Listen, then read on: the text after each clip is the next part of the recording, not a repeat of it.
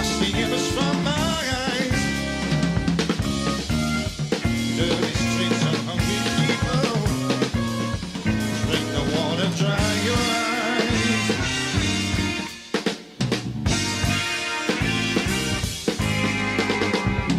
Let's not look at the reflections. Listen to the music made. Drinking water's ease the mind. Thoughts of you begin to fade.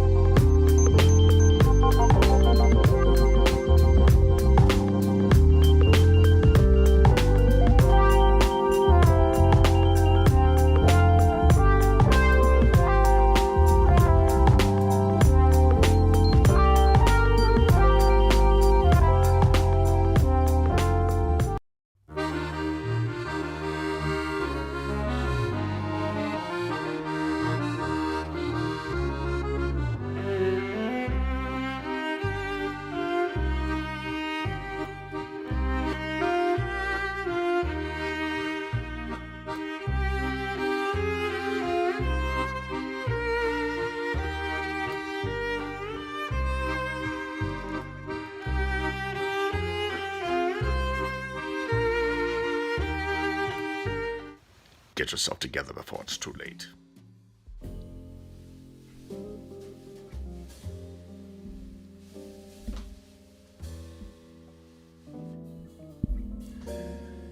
Good evening, everybody. I hope I'm not echoing. I'm actually trying something slightly different tonight. I'm just using the eCam program, the program that I use with you. I said, you know what? I'm going to let go of my old loopback program, the program that Dave used to always joke about. So, hopefully, there'll be less echo today. If there is any issue with the sound, I would appreciate if you send a message in the chat. It'd be a big help. Otherwise, just tell me it's fine and such. That'd be great. Audio is good. Thank you, Kim. And go Bridgeton Bulldogs. The Lady Bulldogs did really, really well, won their conference, and will be going on to greater things. That's our basketball team, high school. It's been a pretty interesting 2 weeks. I have to apologize for last week, and I'm going to be completely direct with you. About an hour before the show, I just had this feeling, you know what? I need to take a break. Not from you guys. I just needed to take a break. And the one thing I do like about this show is that, you know, it's consistent. It's on every week. So the bad part was it was broken up. Again, no particular reason other than I just wanted a break. News. I did hear a couple of weeks ago, right after I saw all of you last, Dave was doing just a little bit better. Okay? But I don't really know. And I won't consider Dave better until he actually is able to hold a longer conversation with me. So we'll wait and we'll see. But hoping Dave is getting better. Yeah. So I came supplied with my water tonight. So you'll excuse me if I take a drink from time to time. All right. Seriously speaking, you notice that I have the title Madhouse. I've probably used that title before somewhere, maybe on the Head in the Box channel. But, you know, I had been, of course, following the news the last 2 weeks. The beating and essentially a murder in Memphis. That would have been the topic last week, no doubt about that. Not that it doesn't deserve it this week. And just things beyond that with Republicans that normally bother me. But again this week, something personal kind of happened with me and my wife that we had to deal with that was kind of unpleasant again. When I had the Head in the Box channel, I still have it, it's just called iGeneralist. I did 2 videos, at least 2. Actually, I know I did at least 3 videos on animal rights, but 2 of them were on animal abuse. And that came out of an experience that I had with a neighbor 3 or 4 years ago, right prior to COVID. And these people would leave their dog out chained. Maybe a 6-foot chain. I mean, really a short chain. Alone. It was a husky. It is a husky. I called the cops, which in my case is the state police. We don't have a local police. We have a state police. Gary would know about that. And I think out of 13 calls, more or less, they came out around 4 or 5. So it wasn't great, but those who did come out to help were nice. They knocked at the door. And long story short, they eventually had a warning, not a summons, but a warning, although they should have received a summons. They received a warning about, you know, leaving the dog out in the brutal heat and the brutal cold. Now, this dog, again, is a husky, but it wasn't on the Iditarod. So the situation kind of festered for a while. I even had an animal rights group come out, and they agreed with me, and they said it was horrible. And again, they received a warning, and they constructed some type of fence and a wooden doghouse. Okay, so it was better than before. But it happened again 3 days ago. And of course, last night was just brutally cold. I couldn't take it anymore. Called the state police. They actually came to my house. Had a long conversation with them. And they went over there. There was nobody home. At least there were cars in the driveway and the lights were on, but when they rang the doorbell, they wouldn't answer. They did a run the plates. They said that technically, according to the law, and the law is in this area, as far as I know, and as far as they said, that if it has shelter and there's no feces around, and it's safe in the area, there's nothing much they can do. Now, if the dog keeps barking, which it was doing the whole time, and it wasn't just barking, it had that painful bark. It wasn't a howling to the moon. It was a distress. It was separation anxiety. So they did what they could do, and I assume the people who lived there were home, and at least they got a little bit of a scare. But I'm tired, folks, of animal abuse. And in fact, the state police told me that this is not an unusual situation, as much as it was bothering me, and it has bothered me. This, of course, happens everywhere. And it got me thinking this week, because it puts me in that very negative state, because I have a real problem with human beings. I guess I would probably even have a problem with myself in certain ways, and I do. And then I've been going in this path of thinking about students who are constantly on the phone. In fact, Veg, you in your video today, which was wonderful, you mentioned TikTok and the fact that these are very, very short videos, and that experience for young people, it means that their focus is out of focus, right?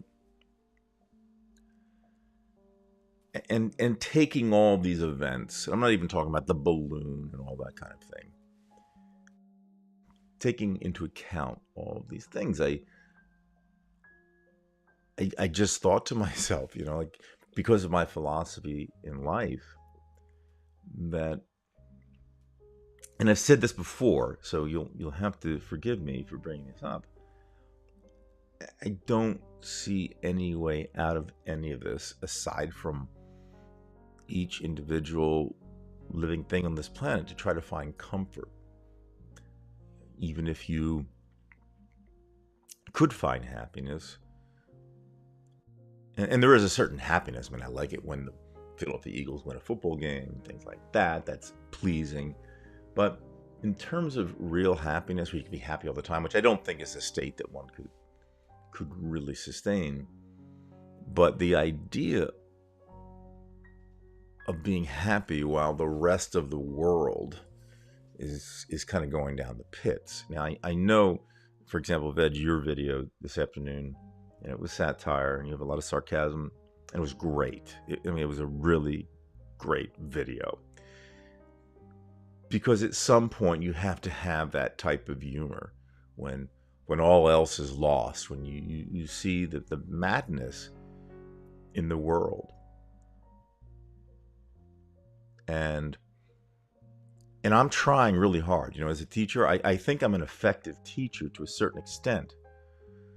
And I've even explained this to students about this attention span when you're on the phone. I didn't really have to go to TikTok, just anything. You go to YouTube, the skip ad. And I said to them, I'm not blaming you. I'm not trying to stigmatize you. I just want you to be alert to what's happening, because it's something that's happened to me. I tend to do the same thing. Of course, now who wants to watch a commercial? We understand that.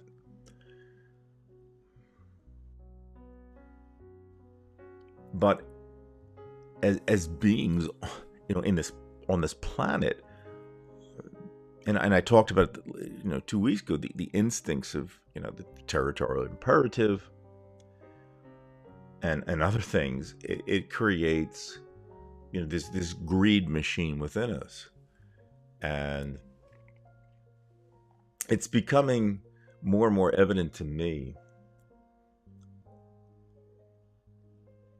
that any normal thinking human being is going to have to accept that probably the best we can get out of this thing could begin, because you cannot celebrate when the rest of the world is burning and people are dying in Ukraine, and you can't even begin to celebrate. There's nothing to celebrate. But what you can possibly get is comfort, And I remember, my father, the last few years of his life, would he sat on the couch and he watched the game, and he many times would say, I don't feel like going out, and I kind of felt sorry for him because he didn't, and he would fall asleep halfway through the movies that I would suggest for him to watch.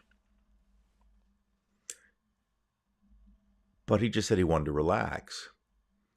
And of course, that's not an isolated experience. I'm sure you've had family. I mean, most of you are around my generation, probably slightly younger in most cases.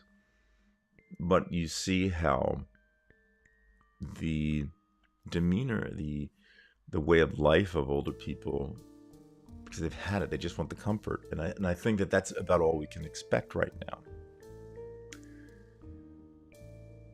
It's really, really tough. It's just,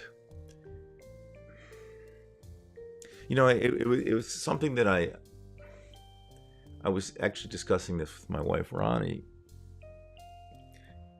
and perhaps you have this experience, because I'd like to ask you that, and I will get to the chat. But it's almost like certain types of, there's only certain movies that are like this, and usually more or less some type of sci-fi thing. But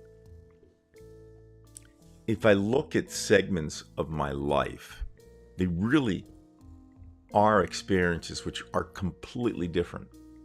We've discussed the question about, what did we think we were going to be when we were older, and is this what we became? And most all of you said in that poll that it was nothing like it. And that's the kind of thing that I'm saying, that you take these, for one of putting a number there, decades of this, a decade of this, a decade of that, a decade of that, and my experiences and what I'm seeing around me, which is even more difficult to take, is a greater change. I mean, it's just completely different. It's almost like watching a movie that keeps going into different realms. And for me, that's kind of difficult, because if you think about it,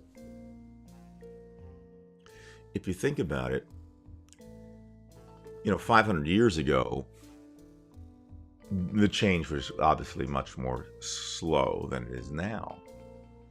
And we don't tend to see the change immediately, but it happens so quickly. Whereas, again, half a millennia ago, you just didn't experience it in the same way. And for me, it gets more and more difficult. I don't know about you. But one could say, well, this is kind of an interesting experience, where now you were in this whole 60s hippie thing, and in the 70s the environmental thing, and in the 80s punk music or whatever it was, and it changed. But now when I take it as a totality, all the things that I want to do, this channel, the better person that I want to become, the greater expectations I have for this world, it's kind of like what Charles Bukowski said. It was that when somebody asked him, are you afraid of death? And he said, no, I'm looking forward to it. And so somebody told him to be more explicit. And from what I remember, I'm going to paraphrase this, if you will. He said something to the effect that I get tired of seeing the same old thing repeating itself. Now that, of course, is different than what I'm talking about with, I am seeing different things. But in a certain way, there are some things that are repeating, and that is things aren't getting where they should. It's kind of like waiting for that beautiful snow as a kid, and it just doesn't show up, or it starts raining. and it got so bad to the point where I remember in the 70s, when I used to like to go play on ponds, playing hockey. And, you had this snowstorm, but then it would kind of like rain after and muck it all up. And now we don't even get snow, just a dusting here or there, and that's about it. But again, the idea that this thing's not working out, and I'm not depressed. I'm disappointed. It's a continual disappointment. And for me, there's no out to this. I look at it, for comfort. Interesting this week, I know Anthony, I don't know if Anthony's out there or not tonight. Anthony commented on this. I was watching a post of Divided We Stand with Christopher Hitchens, a person I miss immensely, because if there was one person I felt was a superhuman in a certain sense, combating idiocy, Hitchens was it. And I liked his use of vocabulary. I liked his use of humor. I would say he was my favorite. Okay. I mean, I like Lenny Bruce and things like that, but at that time, I would have to say that it was Christopher Hitchens. And I believe it was Roger Skoll from Divided We Stand posted Hitchens talking to, having a debate about the Catholic Church. And of course, one of the themes and I don't want to turn this into a completely anti-Catholic Church thing, but I want you to understand where I'm coming from, because there is this concept of contrition in the Catholic Church, and Hitchens is basically saying, who should really be giving the contrition? Should it be the followers, or should it be the church itself? And he brought up all the different instances, the Inquisition, did nothing to stop slavery, did nothing to stop the Holocaust, Galileo, abuse in the church of young people, let them get away with it. And then you had one pope who at one time was part of the Nazi party. He said, who are you to ask that your followers go through some contrition? You are the ones. And again, this is the kind of thing that Hitchens would do. He'd make you think. And I had a brief discussion, Anthony, if you don't mind, if you're out there, Anthony, we had discussed this. He thought it was a very enlightening video, and it was. It was. But again, this ties into this whole concept of what's going on, at least in terms of how I see this world. I see it almost like what Mendham was pushing, I mean, not so much antinatalism or getting rid of the whole thing. It's just the idea that in this thing called life, you're not going to get off, okay? It's just not that easy. And I know I'm kind of going more into a philosophical rant here than I would be doing a political rant, but I cannot but have this philosophical rant when we're dealing with the Republican Party, because you see the intransigence. You see how even though the midterm elections sent a message to these Trumpers, the message did not get through.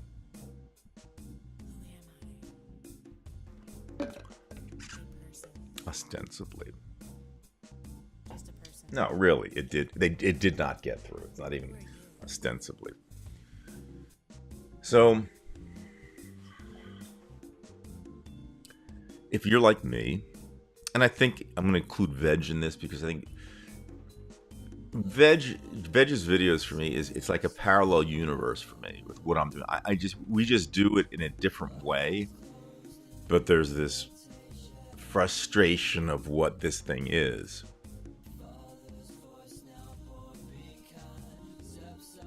It's very frustrating, and it comes to a point where one has to live with it. You might not accept it, but you have to live with what happens. It's just it can't be that much different for you, because even if you do try to play the role of a positivist, somebody who's an optimist, there are going to be those times when you will face it. I will face it. At some point, we're going to face it really hard. Could be at the end, could be somewhere in the middle. And again, if you're lucky enough to be able to raise your fist and say that you've won at this game, you really haven't won anything, because it's just too brutal out there. I was watching Sandy's video from Environmental Coffee House with Conoco. These raving lunatics who, they've looked for their political cronies to protect this fossil fuel industry. You think they could do better than that. You think that they'd look to solve the problem, but they don't. And it's this, as I guess what Richard Dawkins would say was a selfish gene. We have this built-in, if not instinct, for selfishness, and yet there are selfless people, and there's such a great difference between good people and shit people.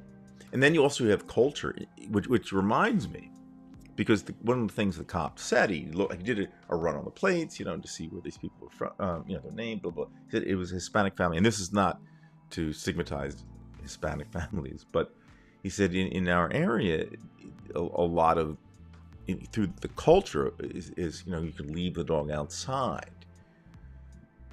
and culture takes a lot longer to change than, say, politics. You can have political change pretty quickly in the United States, but cultural change, people hang on to these things. This is why we see these crazy lunatics doing what they do. They have this romantic, I should say nostalgic, if not romantic, view of the past. And it's so absurd that somebody would actually say, want to go back in time to that. Oh yeah, it'd be nice if you could go back 1,000 years and the environment would be better. But as far as the way people did things, forget it. You want to go in that direction. And yet we have people that do this. And then, in addition to the slow change of culture, because again, I don't necessarily, I do blame the people who do these kind of things, the people who leave the dog out chained and blah blah blah in the cold and all that. And I know I'm not the only one to witness this, as you, I'm sure, have to whatever extent. But the laws are such that animals take, they're back in the gallery. And this is the assholery from human beings. Because of some Judeo-Christian nonsense about dominion over the earth. That it's acceptable. That it's acceptable to slaughter these things, to torture these things, even though they torture each other. I understand that. And then to put them on our plates without their permission. And as you've said, Veg, about the tormenting, even in your own country. We know about the baby seals, and I mean, you said it right. It needed that. It needed that almost gallows humor.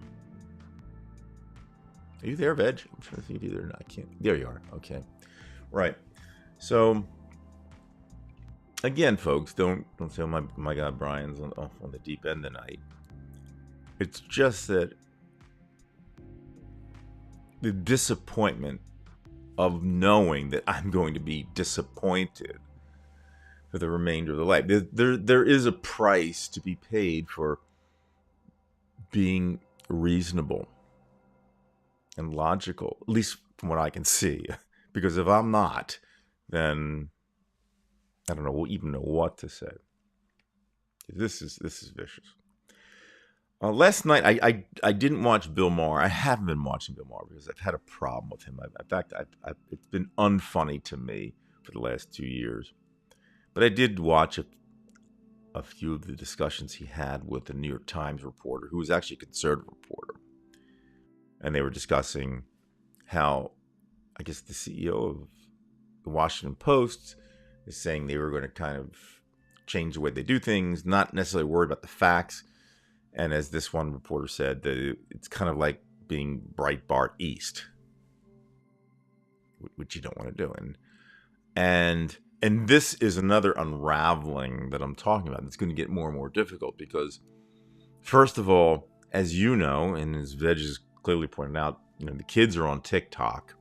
They're not, they don't have a New York Times icon on their telephones, on their cell phones. But what we see now is newspapers are a thing of the past. I mean, yeah, you can go online and get a subscription, but it's probably going to be one of the 2 top newspapers, the Post or the Times. You don't buy a physical copy much anymore. At least kids don't. I used to always read the paper, loved it, the sports section, whatever it was, I read it. But that thing's gone. And now you have these pseudo newspapers, these Breitbart things, which are basically trash. It's propaganda. And again, this is another one of these things that propels me to believe that we're not going to get out. And we must be honest with ourselves. You're here, and you're all straightforward people. I know that because I know all of you to some degree, unless you're new coming in here. And if you are new, please subscribe. If not, don't worry about it. But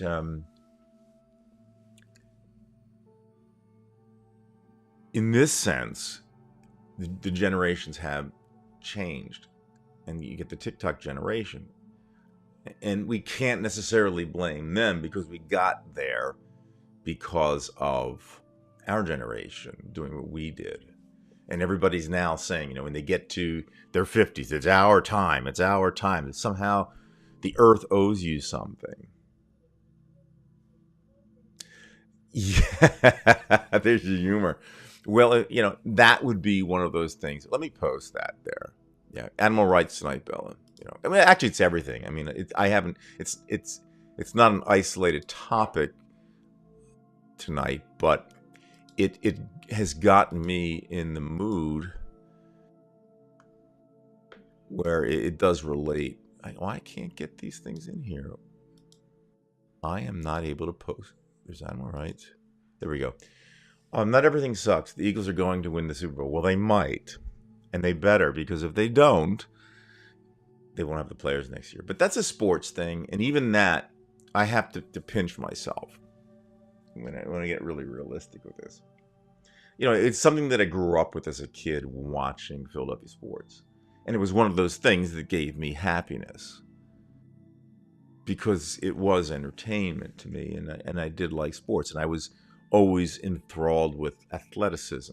I'd watch gymnastics because I could appreciate the body of a gymnast. But now, the sports thing, I can do away with. Now, again, I am still tied to the past, so I will watch the game, and I want them to win.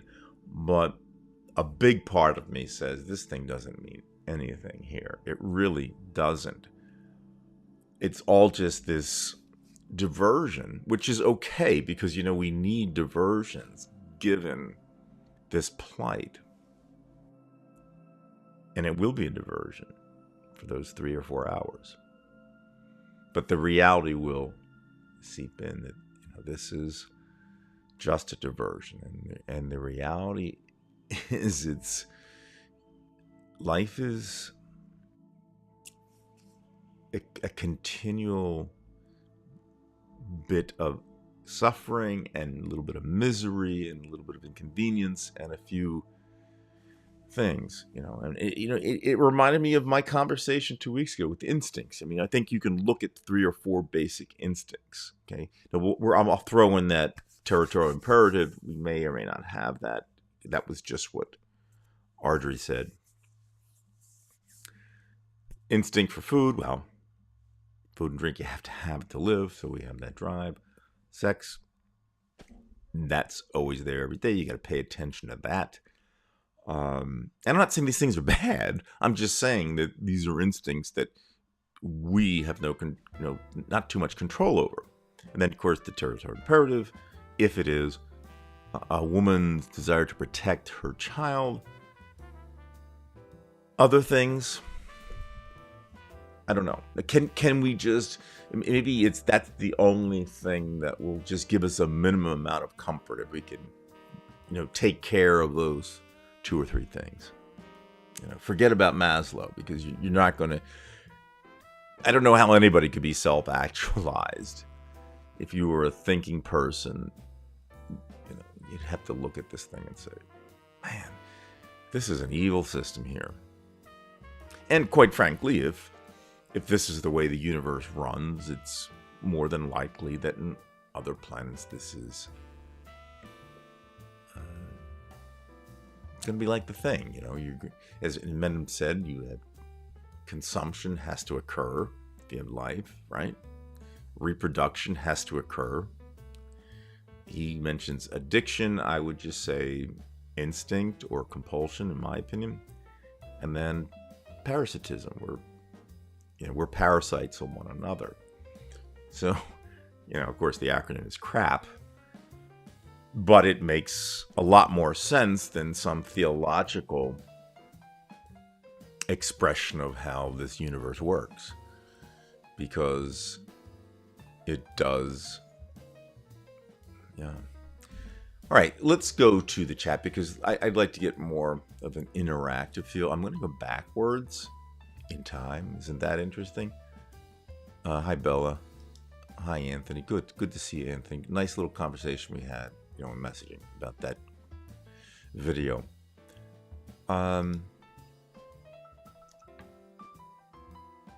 Yeah, I mean, the property thing. One of the things Lenin kind of knew was, not John Lennon, but of course Vladimir Lenin, tried to get rid of that idea of property, confiscate the property. The only problem is that, the communists became selfish too. You weren't going to get rid of that. You can get rid of the government, but you can't get rid of the selfish gene. Chinese couldn't get rid of it. But property is, like we said 2 weeks ago, perhaps an instinct. And get off of my land. Whether it's the guy with the shotgun or Elon Musk.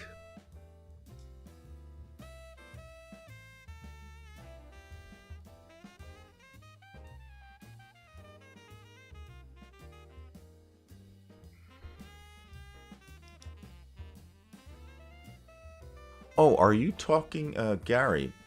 It just reminds me. I do have a Facebook friend that was related to you, with your friends. I think I can't remember her name, but she's like from upstate New York. Is this the same one you're talking about? I forget her name, to be honest with you.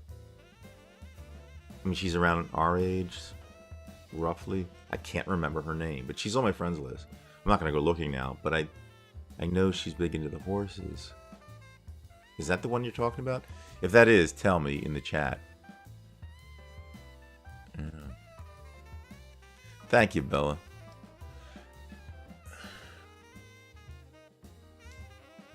Anthony says it's unnatural to be living like we live today. It really is unnatural. I mean, even I'll give this. I'm not a person into like the Tao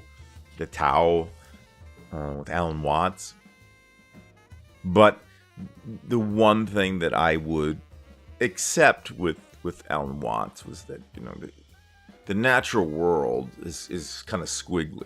He said, at least that's what I think he said. And then all of a sudden, man comes about and things become squares. Not that everything that's square is bad, but it becomes very unnatural. But more so than that, a lot of these things feel unnatural. There's this feeling in me that this is not the way things should be run. I mean, you wouldn't even have to be, well read. You just have to look at the environment in front of you, even as a kid, and you could kind of see that this thing is kind of sick. I mean, you'd have to see the interaction of the animals, see the weather, see the waves on a bad day, but you could figure it out that it's kind of unnatural, frightening. Everything's kind of frightening. Yeah. Rome has had gladiator games. America has the right. It's vicious, and that is something. Watching an Eagles game, I see these injuries, and you see these unbelievable athletes. Was it Jason Kelsey and Travis Kelsey? They're brothers, and both are playing in the Super Bowl, and they have a podcast that's very, very popular. And one of the questions they asked folks was, could an average Joe get a yard on a play in the NFL? Now, the other team, as they said, would not know when this guy is going to get the ball on any one play, but he's going to get the ball. He said, could a person get a yard? Just 1 yard. Like, could I go out there and get 1 yard? And both of them started talking about experiences being hit very hard by some amazing athletes and how brutal it was. And although that was just a thought experiment, both of them said that, you'd have to follow your blockers and you might get a yard. But he says, if you go off task and you start trying to go around something, or even worse, try to catch a pass, he says, these people will hunt you down and you'll be destroyed. It'll be the ugliest thing you've ever seen. He says, even with that 1 yard, after you get it, there may be problems. And it's frightening sometimes. I can understand an athlete, who's cutting across the field, who's going to be hit, at 20 miles an hour with great impact. It's such a violent game. And this is why you see these people with concussions. You look at boxing. Boxing was the most popular sport in the United States at the turn of the century. Boxing and horse racing. And it wasn't until Babe Ruth came along with his personality that changed. But people loved gladiator warfare. They love it. And of course, it continues today with our wars and our gangs. And, you have to be a bigger person, a smarter person, not become a gladiator warrior. I mean, I was absolutely livid when I heard, the dog crying. I said, this can't be happening again. And then you get really angry. And it's even more difficult when you can't do anything. But I'm not a Kyle Rittenhouse.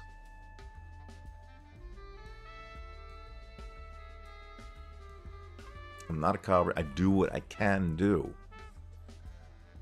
And what's worse, if I may keep going off into tangents here, folks. You know what gets me most upset? The people get me upset who did this. Who continually do this. They, whether it's their culture or not, it's unacceptable. Any type of suffering is unacceptable. But what really gets me, I have some religious neighbors all around, actually.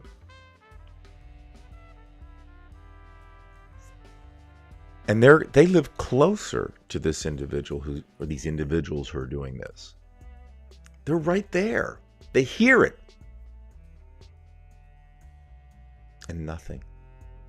They're either too frightened or they don't care about the animal. And in some cases, they don't care about the animal. In other cases, they're frightened because they're afraid that person may be part of a gang or something like that.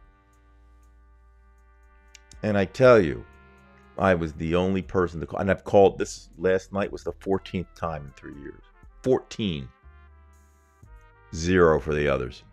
Now, how does this make me feel about these others? I couldn't give a damn about them. Because I know now what happened back in 1954 in Queens with Kitty Genovese. Genovese? Yeah, is that the name? Genovese? Something like 38 people witnessed this shit. It had to be a Christian in the bunch, right? It had to be a devout Jew in the bunch who, heard that thing.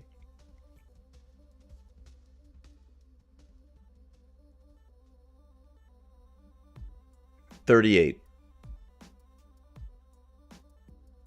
Nothing.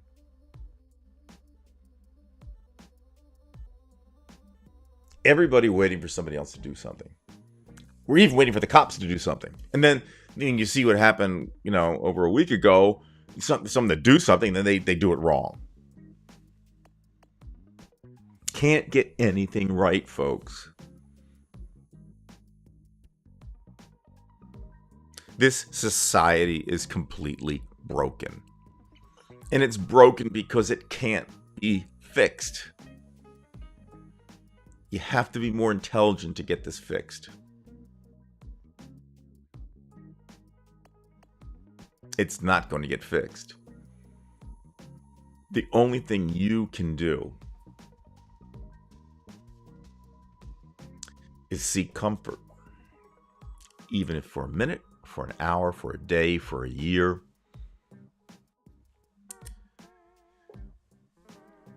I'll be 63 in April. This thing has not been fixed. And if anything, I would say it's worse. And I know people for whom nothing ever worked for 70 years. And that's, of course, in Russia.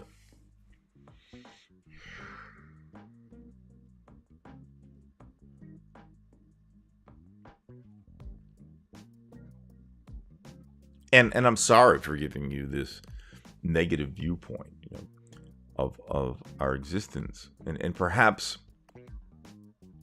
I have to kind of go to the films and suggest what's the best that can come out of this. And I remember that film with Jack Nicholson called Ironweed. And Nicholson is by far my favorite actor. I've said that before here. But in Ironweed, it takes place in Albany, New York. In only one day during the Depression. And it shows these people just living miserable lives, just having to hang out in Hootervilles and, the fire at night. And they get these half gloves on. Jack Nicholson plays somebody who's all kinds of psychological problems. So not only is he dealing with the physical strain of his environment, the mental. But the one thing, the beauty of that movie, so well acted by Meryl Streep and Jack Nicholson, was the grace they had to help each other. That one moment of whatever, that one person was able to help the next person out. And that's probably what I would say would be that you're more than likely going to get help from a poor person than a rich person.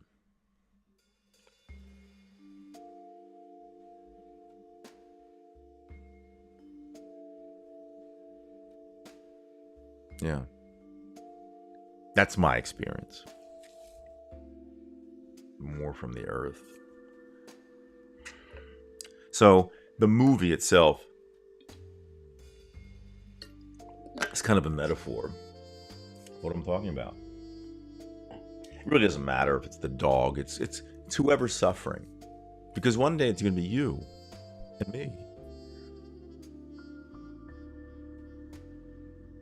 And for those of you who are believers, I mean, it's a nice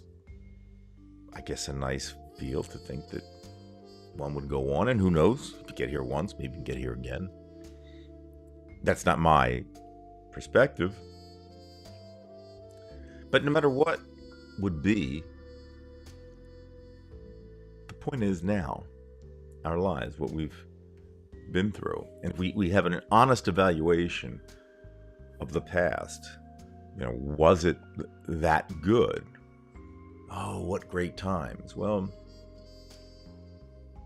maybe it's a game our own brains play on ourselves to make us think that it wasn't that bad. But, because every day was kind of a difficult thing. Even having to get up to go to the bathroom the other night is not, it's not suffering, but it's something you have to pay attention to.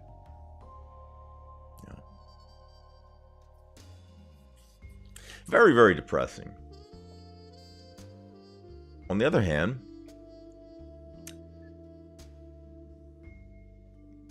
I think it's important for all of us. Just like knowing that we're all going to die one day, maybe it teaches us how to live. I have to learn. Okay, I'm not teaching you anything here. I have to learn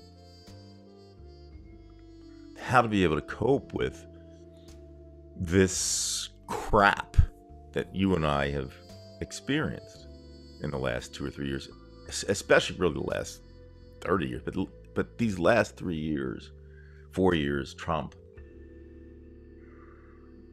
have been just absolutely brutal. And you have to be able to cope. There has to be a coping mechanism. And I have it to a certain extent. Instincts. But even then, how far do you get with it? How many times can you have a good meal? How many times can you have sex during the day? Till at some point, they're all good, but sooner or later you have to face up to it and realize maybe the Super Bowl isn't that great. Everybody's focusing on that. Meanwhile, the world's collapsing.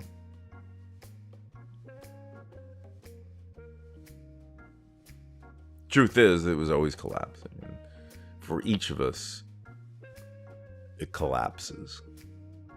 Until somebody proves to me otherwise, that's what will happen. The life that we had will collapse upon itself. If you're lucky, you will get some really good days in. Like Jimi Hendrix said, you can see a lot of good days and you're going to see a lot of bad days. But no matter how many good days you see, please remember, as I need to remember, there's no glory in all these good days you have, because there's so many people who suffer, so many things that suffer. And all I have to do is go outside and I hear the thing again. And I can only hope that the temperatures rise tomorrow and we'll get into the 50s instead of the single digits and all that kind of thing. All right. I said I was going to go to the chat. Let me scroll ahead because I can't remember her name. Okay. First of all, hello to everybody here. Kim, Trev, Bella, Nina, Gary, Keith. Yeah, Keith. Yeah, that's part of it. I think we all have different levels of it. But it like food, it is that tension and release thing. And it comes in handy, but it's still a thing where to get where you want to be, you still have to go through the tension. So it kind of just equals that, but it has to be done, and, yeah, it's just instincts. We're all grown up here, right? every day you have to pay attention to it. It's just like, oh, gotta eat breakfast. All the same. A lot of highs out there. Okay. I stopped eating meat because I didn't enjoy it. Yet an animal had to die each time I ate it. Wasn't tasty enough for the animal to... Right. And I think that's what it comes down to. I eat these vegetarian bacons. And they're probably not as tasty as real bacon, but they taste like bacon. And to think that I'd have to see that poor thing, with a tear in its eye going through the slaughterhouse. I'll eat potato chips for the rest of my life if I have to. I just can't. I have to. You almost have to think that way because that's what's going on. Because and again, I'm not trying to stigmatize anybody because I've eaten a lot of meat in my life. But you have a hired assassin. It's very clean because you don't see the slaughterhouse, but it's there. It's definitely there. Like the gulag, it's there. And there's a lot of pain and suffering, and all because that animal can't do math or doesn't know what the Trinity is, or is because we have dominion over it. We have earned the right to torture these things.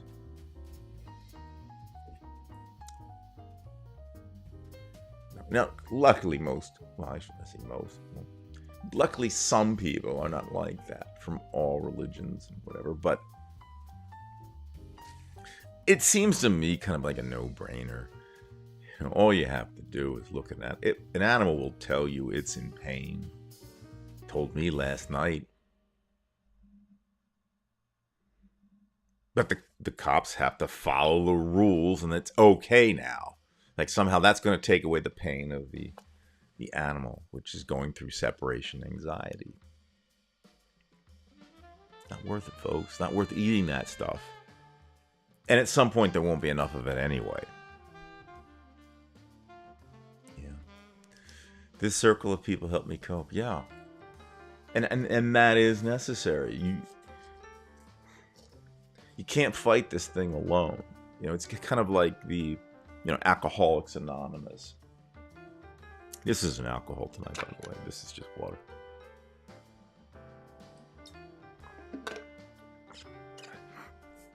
The ability to commiserate, which is essentially what this channel has become. It's a way to commiserate, a way to vent the tension. You can say, oh, there are a couple good people out there, or this person gets. Like to say when I watched Vedge's video today, and generally it happens when I watch his videos. Not everyone, but most of them, I get this. Yeah, he gets this thing. He really gets it, and it's funny. But it was not. Actually, today's it was funny. It really was funny, Veg. But it was terribly, terribly sad. And I know the point I knew the point you were trying to make, and you did effectively. Okay. 12-minute Cervantes. Kinky's here. Good to see you, Kinky. LM's here. The cattle lots in Colorado are horrible too, Veg. One can only imagine, the Holocaust in our stomach. Oh my. And there you go. Imagine how anyone can make a living killing terrified animals. You gotta be so numb to killing that you're a zombie. You said it right there.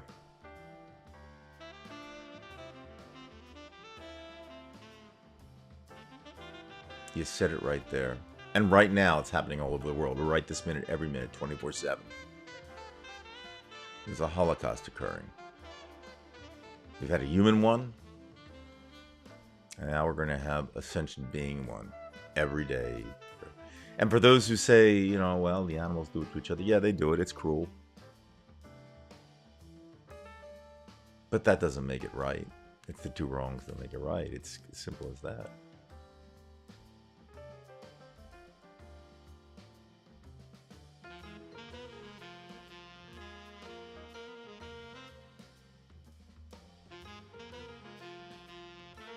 You see, when I was younger, I didn't know about slaughterhouses, right? You didn't know about them when you're 5. You just knew, okay, we're having spaghetti and meatballs. This is great. Tasty. You didn't know, right? Just like you didn't know about sex when you're 3 years old.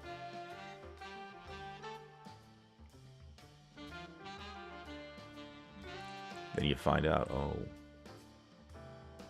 that's what happens. For me to have that taste, that's got to happen.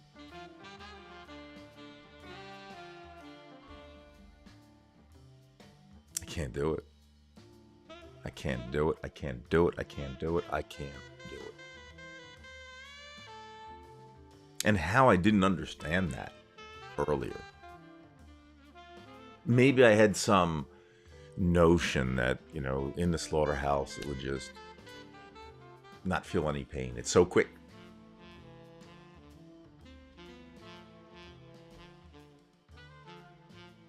Until it isn't. Until it's on the way, knowing something's going on. It is a madhouse. It's sickening. And for somebody, just like my neighbors who do nothing when they see the suffer, for somebody to think that you can just, you allow yourself the right to put that on the plate, the animal on the plate. Again, I know some of you aren't vegetarians. I get that. But I'm saying, philosophically speaking, to say, I'm not giving you a choice. You're going to be on my plate. And this is the universe we live in. This consumption, reproduction. As Eminem would say, addiction, parasitism. It really is crap. And I'd like to make it better. But we're fighting against forces. When we talk about the fossil fuels and the whole society is collapsing, people want property. It comes down to the gene, the selfish gene.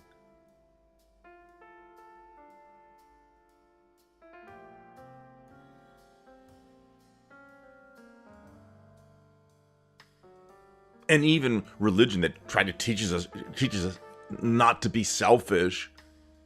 The very statement, we have dominion over the animals. You're taking the whole planet. You're taking their lives. They have a vested consciousness.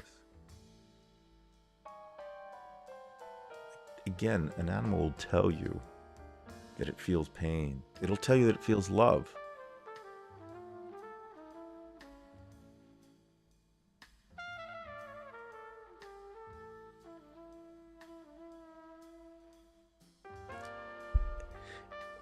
You couldn't come up with an uglier movie, folks. And again, I don't want you to get into this funk that I'm in when I'm talking about this kind of thing. But if I'm going to be truthful to myself, I don't expect this thing to be cleared up after I go.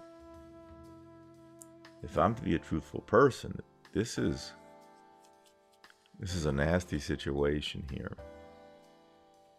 And it's no wonder we see a Trump. And the people who will follow him, the people who will do nothing when Kitty Genovese is brutally murdered.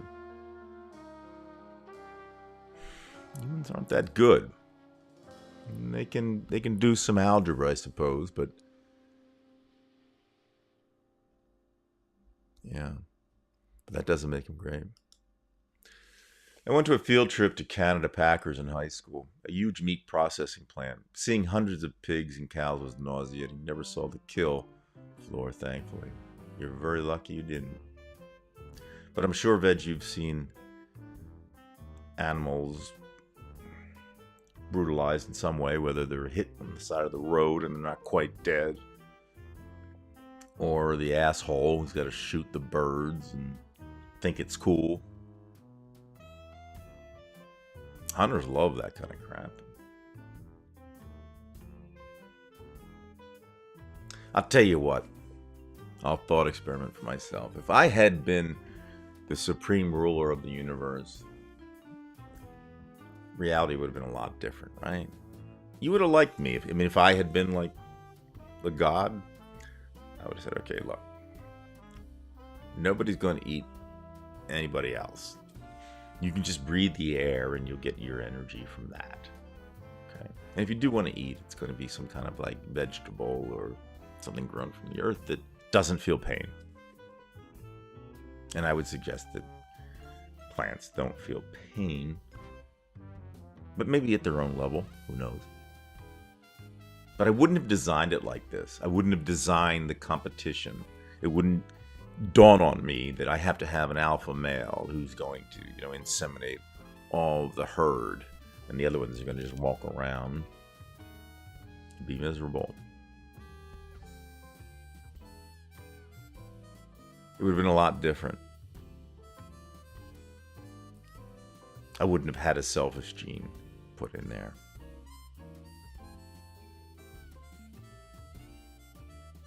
I wouldn't have done it this way. And I would have enjoyed that more. Again, I'm not suggesting that, in this conversation that, it's very depressing and it sounds suicidal. No. It's not that. I've invested too much in this thing. My skin's been in the game in this. And I still have to do the right thing. My best. But I refuse to lie to myself about this. This system is a complete and utter failure. So if there is a God, tonight, with my magic back-scratching wand, I shall give God a grade. It'll be very sacrilegious. Maybe I'll do that Pope thing, I give you a grade of 35% out of 100. A lot of nice colors, nice plants and fruits. Planet looks beautiful from far away. But this whole system, you fail that one. Utter failure. And to blame the other guy, the demon or the Satan, or don't start that. There's enough guilt to go around. And like Christopher Hitchens said, if there's any contrition that has to come about, this so-called God better worry about himself. We all have enough to think about. Yeah. Yes, indeed. Oof. Too many a-holes, dumb people, immoral, unethical people. Right. And a-holes ruin the world. Dumb people are dangerous. Really dangerous. Dumb people will kill you over $5. Dumb people kill you because you looked at them the wrong way. Dumb people will not put their blinkers on. Dumb people will not wear a seatbelt. Dumb people will get in the car with alcohol. Dumb people will light a cigarette before they go to bed.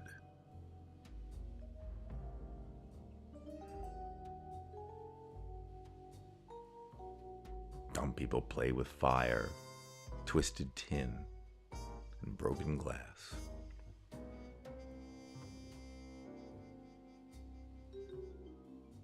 Those are a few lines from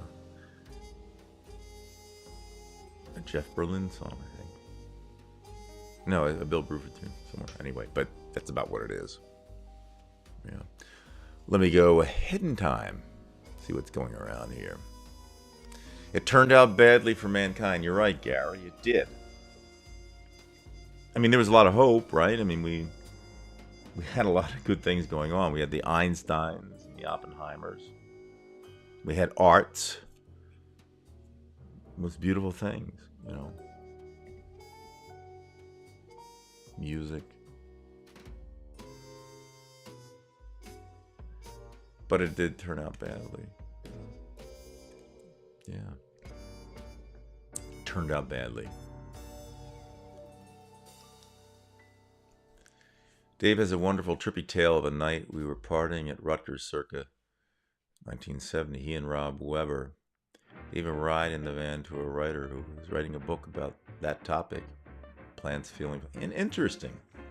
It's a shame Dave is not here right now because, you know, again, I mean, Arthur Young used to say that he felt that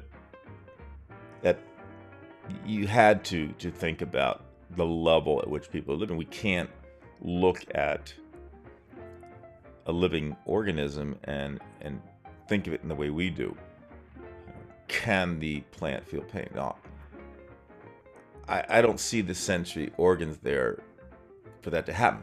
However, I do understand what Arthur Young was saying.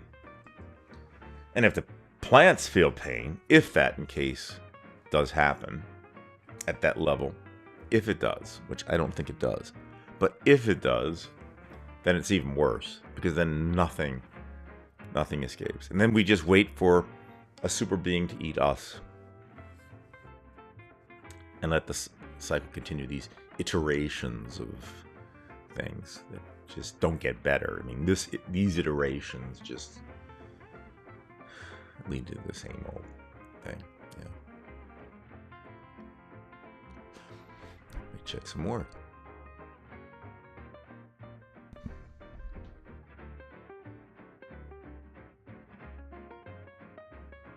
God is tired of this world too, and probably did better on another planet.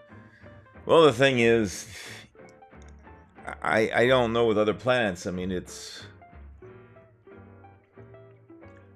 given those four things, which kind of have to happen. We have to have basically tubes, right? I mean, you have to be able to ingest something and get it out. You do have to consume things, so it's probably happening wherever around the universe. I have no doubt in my mind that it's happening or has happened. Problem is, the minute you have the consumption reproduction thing and the addiction thing and the parasitism thing where you live up other things, as we talk about the Super Bowl, gladiator warfare, I don't think, Anthony, it could be any different from planet to planet. I think that we're just one of many. I mean, unless there's some planet where, you know, people can live on the sun, you know, they can just, you know, consume helium and those temperatures wouldn't matter, but I don't see that happening, you know. So I would guess that the universe is replete with this crap, C-R-A-P, from Inmendum. Yeah.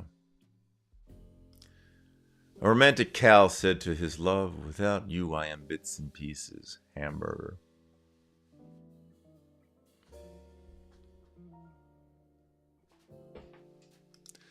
I like my vegan fake plant meat more and more. Yeah, I mean, it's not even that bad. It's not even much of a sacrifice. Plus, the fact that you're knowing you're not involved in the suffering, at least to any great degree, makes you feel a lot better as a human being. There are alpha males and there are beta males and so on. I'm an alpha male, but I have Crash Brothers. I am a beta male. I think that there is some evidence that societies run by beta males are so much less stressful than that of the ones run by the... You know, when you have alpha males, I mean, they are just brutal. They're just brutal with the females. I'm talking about in the animal kingdom. And the stress levels with the animals, because they're always afraid of... It's like having the bully around all the time. It's just... that's a perfect analogy. You know, imagine going to school with that bully you didn't like, or the one who's always trying to torment you. There's your alpha males. In nature, the alpha males, they're just not that good. They're aggressive, and they put society under pressure, their society under pressure. because they are selfish. And they just happen to maybe have a horn that's a little bit longer or a paw that's a little bit bigger. And some of the females look for that because it's instinct that the offspring will be strong. It's fucked up. Nina, hi Nina. I'm going to leave a small mark on this world. I'm failing. I'm doing better than others, but they aren't my measure. Right, we don't really want to measure ourselves against others, do we? I mean, our greatest competition is ourselves anyway. We have to try to become better selves. I mean, and again, when I say this, I'm not here to teach anybody anything. When I say this, I'm generally pointing at myself. I want to be a better me. You know, you talk about things like ghosts. I still have ghosts from the past. Of maybe some things I've said or done that I just not real proud of. Kim, I guess, isn't here right now, but she posted Wuhan Meat Market, all dogs. Yeah.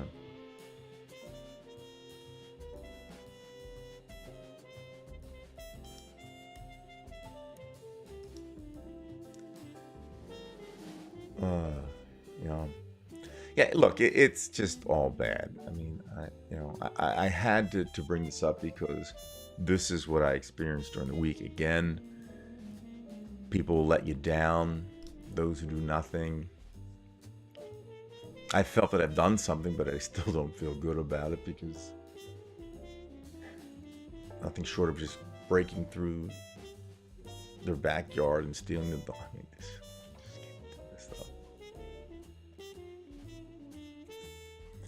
Bark Eaterton, so tired of ourselves. Whole industries have been created to distract us from it. Yeah, that's kind of like the white noise thing. You know, when I first watched Bark Eaterton, when I first watched White Noise, I didn't really like the film. It was just took too long to get to where it had to go to. But looking back on it, I think the message was extremely important. Extremely important. The distraction.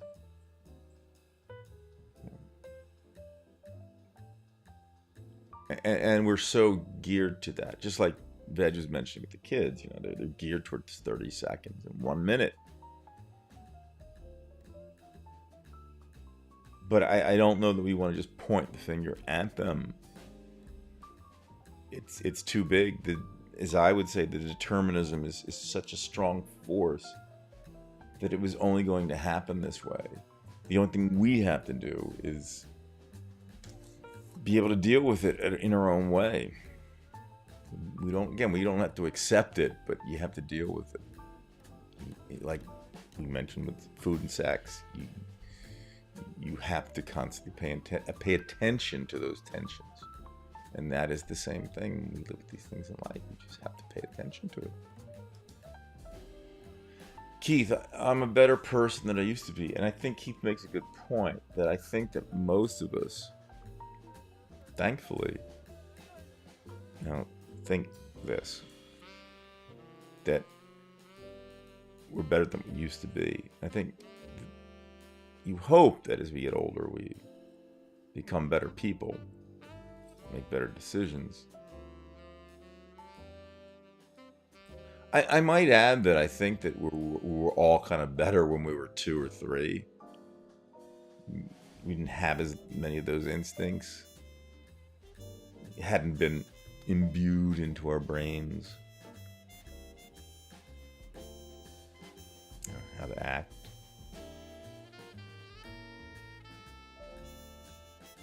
But yes, I mean, most of us want to be better later, I think I'm a better person than I was. But again, I look back and think, why did I do this or why did I do that? Said the wrong thing at the wrong time. You don't get them back. So those things that, at least the things that I did, I'll speak for myself, they haunt haunt me. Yeah.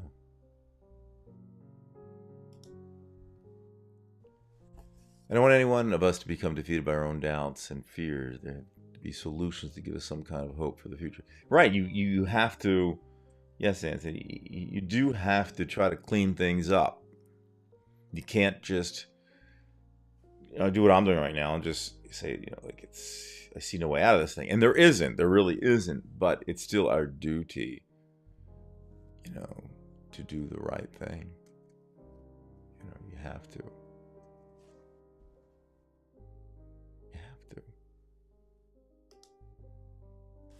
Right, Anthony, we do. I guess I'm just not very good at looking back to the things that I've done. And in a certain way, it's good because you do have a certain amount of shame in some of the things you said. I'm talking about myself, of course. And shame is a good thing because you don't want to make that mistake again because that shame is enough as it is. And yes, people say, well, a lot of people say, well, don't you think other people? Yeah, they do. But again, just like was it Nina said or whatever, or whoever said it, you don't necessarily want to compare yourself to others. Yes, I know that, and we can commiserate about that. But I'll never feel good about certain things I've said in my life. Never. To the day I die. My father mentioned one of his biggest regrets. It was actually on my birthday in 1945. He had come back from the war. He was on a train from Pittsburgh. And he came home at 6 o'clock in the morning on April 12th, 1945. Now, the Weinstein family was not a hugging family. The men would just shake hands and they loved each other. They were there to defend each other, but it wasn't a physically affectionate family. So the great regret my father had was coming home on the 12th. As he said, he never would forget that day, and he said he would take it to his grave, which he did. He came to the door. His father came to the door at 6 in the morning, and his father was very sick. He was all injured from World War I. He saw his son, and of course he wanted to hug my father. He wanted to, which was his son, of course. Yeah. And my father, after all that, held back, and he shook his hand. And he said it was such a lousy thing that he did. He says he cried about it, that he did that. It was a regret of his. Another regret, he said, he was a girl who was terribly overweight at West Philly High during the 1930s when he went to school. She committed suicide. I don't know what year it was, 38, 37. And she left a note in the locker, her locker. Again, don't forget this is the 30s here. This isn't, the nows. And her only statement was one line: I only wish to have one good day in my life. And my father thought about that for many years after it happened. And he said to me, if I had my chance to live my life over, I would have taken her to go to the soda shop and to get an ice cream just to make her feel good for one day. He said, I could have done something like that if I had known. And, these two things my father told me, these were two regrets, the only two big regrets I remember him talking about. But it showed that humanness that perhaps, that I got passed on from my father about regrets. And I still have those kind of regrets. I didn't have that problem with my father. I mean, I didn't really hug him that much, but I had done it. And other regrets, but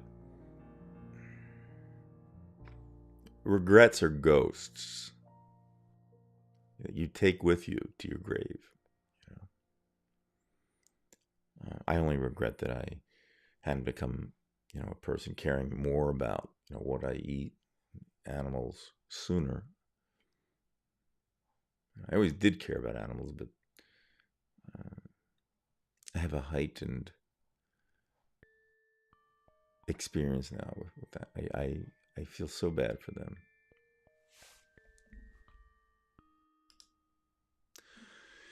Veg. This is heartbreaking, Brian. My dad was the same way.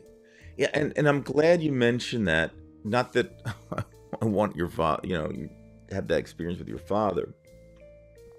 But this is what I talk about. Why I love talking with all of you. That I love seeing, like, the fact that anybody would show up to listen to me talk this kind of crap. It's not crap. I shouldn't say that, but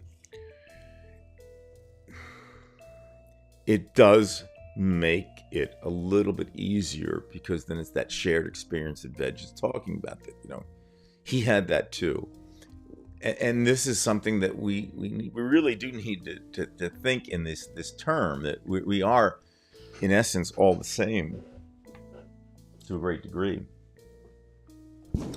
And whether it's Veg or whether it's me or somebody else out there, we know that feel.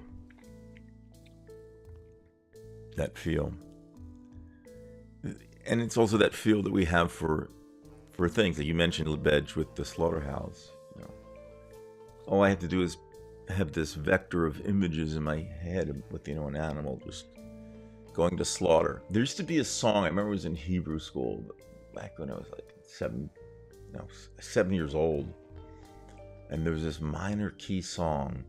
It's called Dona Dona Dona, and it's a very sad Israeli song about a cow going to slaughter. And we heard it. It's a very popular song, with Jews. It's like a sad folk song with complete reverence for that animal, like understanding the pain. And it's kind of traumatic, because when you hear it, you just hear it as some kind of like sad song. But it's more than that. It's when you think about what's going on in the song, it's like that's something that should come out, in a religious class. That song. Yeah. Let me see if I can dig that up for you. By the way, I'll show you. I did have an animated video. If you go to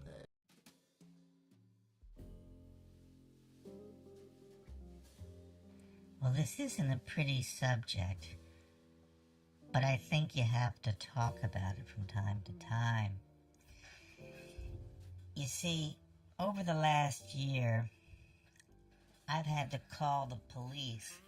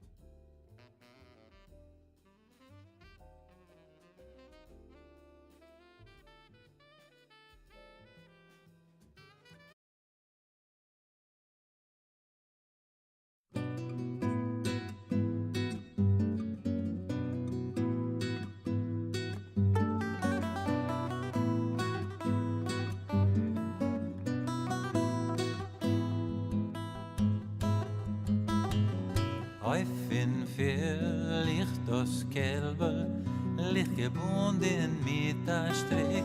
Euch in Himmel flieht das Schwebel, dreht sich hin und strick.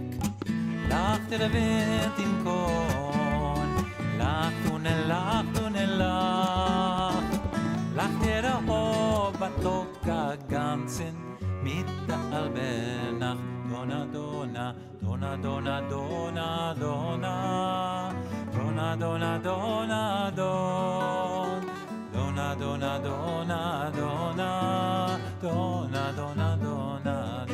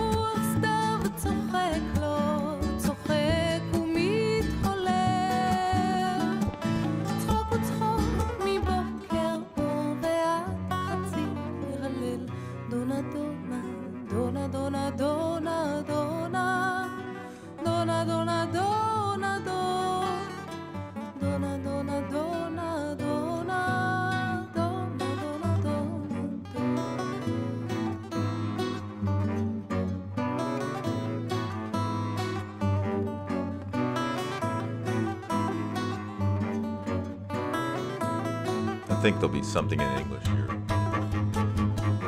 Calves are easily bound and slaughtered, never knowing the reason why.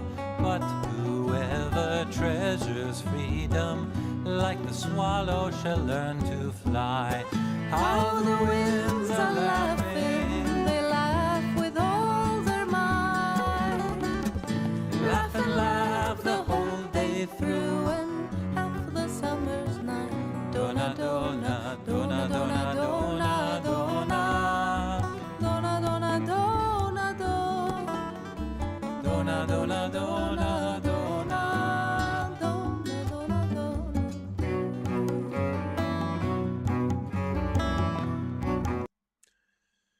Right, so let me see if I can get myself back here. Yeah. But it was an interesting song because, you know, it said it's a shame they didn't have wings. They could fly away, you know. Those who were in the wind could laugh because they can get away from the torture. But Donna couldn't. And at least it expresses the reality. And it's a sad thing. And it's one of the few songs I remember from that because it meant something. And yet it was sad. Yeah. Yeah. Yeah. Well, anyway, folks, I didn't want to make this a bummer for you tonight. I just wanted to be back and vent a few things. I certainly could have talked about what happened in Memphis, which was horrible. Certainly could talk about Republicans and the assholery going around in Congress with Marjorie Taylor Greene. But this one was just to share some experiences. And apparently it worked out because some of you have that shared experience. And it's not easy, but I guess we'll try to get through it together. So anyway, I am going to end tonight by wishing you a wonderful week. Next week is that gladiator warfare on Sunday, but we'll be here on Saturday. Touch wood. It's great seeing everybody. And I really mean that. Like I said, it means something to me that people would actually show up. Veg, you said the same thing. And we do mean that.